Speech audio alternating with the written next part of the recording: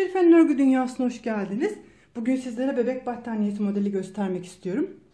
Modelim 6 ilmek ve katlarından oluşuyor. 6, 12, 18 şeklinde 6 ilmeğin katlarını ayarlayıp en son 2 tane kenar ilmeği ilave etmemiz gerekiyor. Ben iki model için 6, 6, 12 kenar ilmekleriyle birlikte 14 ilmek hazırladım. Örgüme başlıyorum. Örgümün ilk sırasındayım. Burası örgümün arka tarafı. Başlangıçtaki 2 ilmeğimi düz olarak örüyorum. Sonraki 4 ilmeğimi ters olarak örüyorum. Tekrar arada 2 tane ilmek düz örüyorum. 4 tane ilmek ters örüyorum. Ve tekrar 2 ilmek düz örerek örgümü tamamladım. Örgümün ikinci sırasındayım ve ön taraftayım. Başlangıçtaki 2 ilmeğimi ters olarak ördüm. Burada 4 tane olan ilmeğimin en sondaki 4. ilmeğini örgümün başına almam gerekiyor. Bu sondaki ilmeği örgümün ön yüzünden en başa alıyorum ve sonrasında bu 4 ilmeği düz olarak örüyorum. Arada 2 tane ilmeğimi ters örüyorum. Bir sonraki 4 ilmeği boş bırakıyoruz.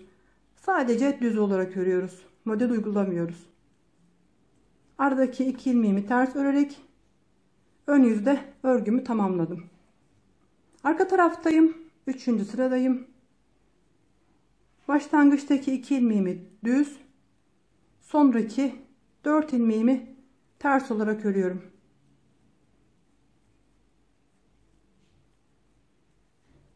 Bu sırada ilmekleri aynen oldukları gibi örüyoruz. Örgümün ön yüzündeyim. 4. sırasındayım. Baştaki 2 ilmeği ters olarak ördüm. Aynı şekilde 4. olan ilmeğimi örgümün başına alıyorum ve sonra bu 4 ilmeği düz olarak örüyorum. Sonraki 2 ilmeğimi ters örüyorum ve 4 ilmek düz örüyorum. Aradaki 2 ilmeği ters örerek sıramı tamamladım. Örgümün arka tarafındayım. 5. sırasındayım.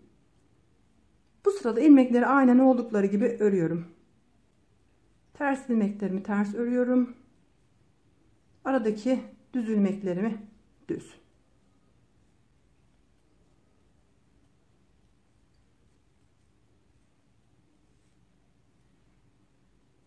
Örgümün ön yüzündeyim. 6. sırasındayım.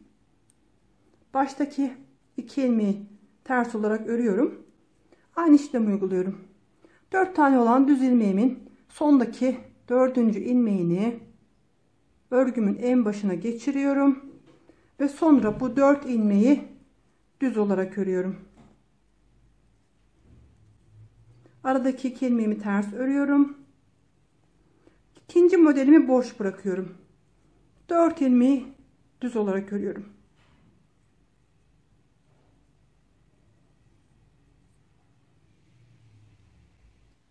Örgümün arka tarafındayım.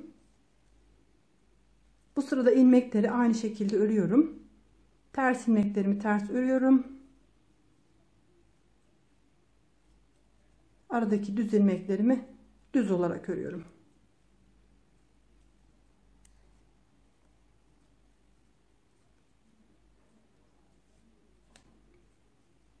Tekrar örgümün ön yüzündeyim. Bir kez daha aynı işlemi tekrarlıyorum. Baştaki 2 ilmeği ters ördüm. 4 tane olan düz ilmeğime gelince burada sondaki 4. ilmeği örgümün en başına geçiriyorum ve sonra bu 4 ilmeği düz örüyorum. Aradaki 2 ilmeğimi ters örüyorum.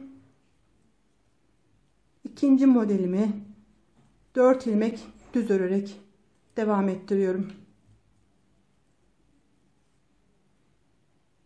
Örgümün arka tarafındayım. Bu sırada ilmekleri aynen oldukları gibi örüyorum. Biraz hızlı geçelim.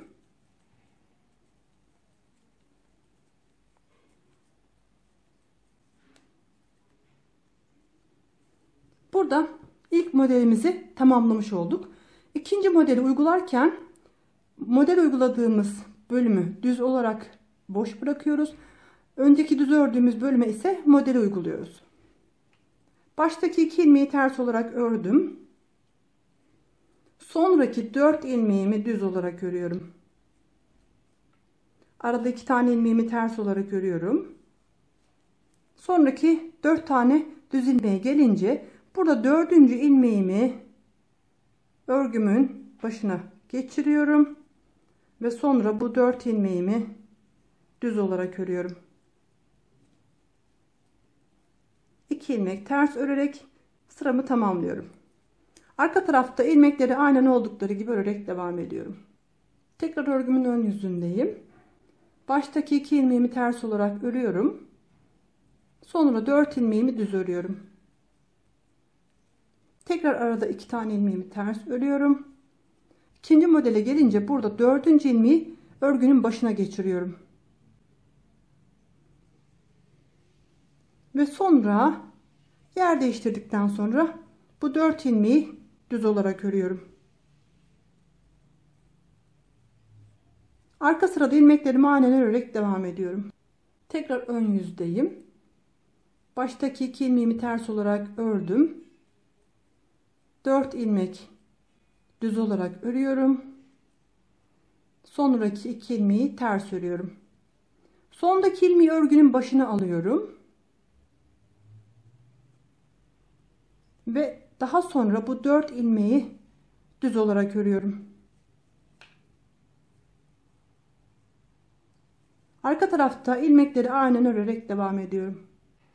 Tekrar örgümün ön sırasındayım. Baştaki 2 ilmeğimi ters olarak ördüm. 4 ilmek düz örüyorum. 2 ilmek ters.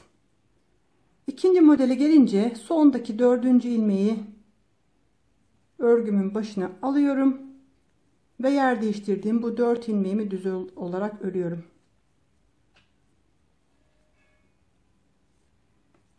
Bundan sonrasında örgümün ilk başlangıcındaki işlemleri tekrarlayarak devam ediyorum. Modelimiz ilerlediği zaman görünümü bu şekilde olacak. Erkek bebeklere kazak, hırka yapabilirsiniz. Yetişkin erkekler için bu model ile kazak veya hırka örebilirsiniz. Özellikle spor şık kazaklara çok yakışacaktır.